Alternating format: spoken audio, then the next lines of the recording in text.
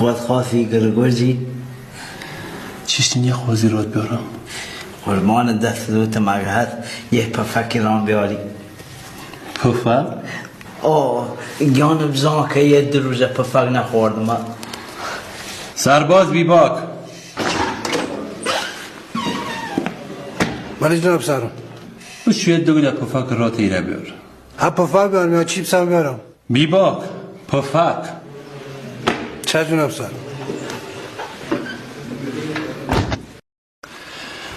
بنور تیره ایما کردیم و کردزوان خوازیم شونه دوگل پیاگ وارد یک در دل بکیم چونه همیشه بیدیات یا پاسگاه وارد یک در دل دکردیم یادم آفرین ایما خوازیم یه چشت راد بیشم ای پرونده ایمایی مشونی پرونده فری ما محرم کیوانیشم که هست ایمایی مشونی نقلی کیم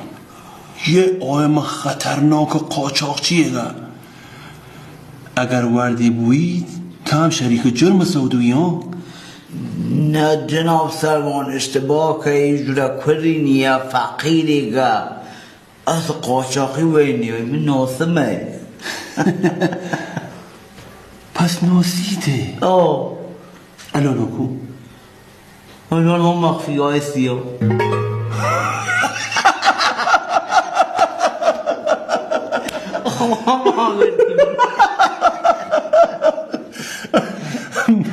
مخفیگاه سیاه اوی گرتن هستی ها؟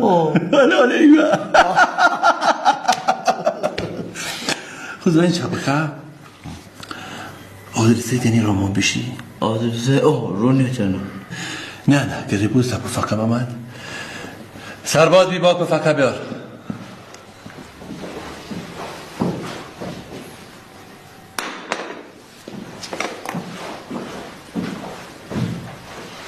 پفک بخو آدرسه را بشید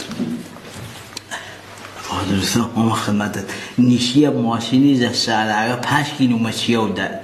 چیو در دست چپت یه جا خاکی گل لاکی قریه گل جای مال روستان رد که ورد و سیلو گپه گا آمد توک گردکانی او دگرده نه همه توکی زمانیه گرده بیکار هیچ چیه نیه سیاه حالوره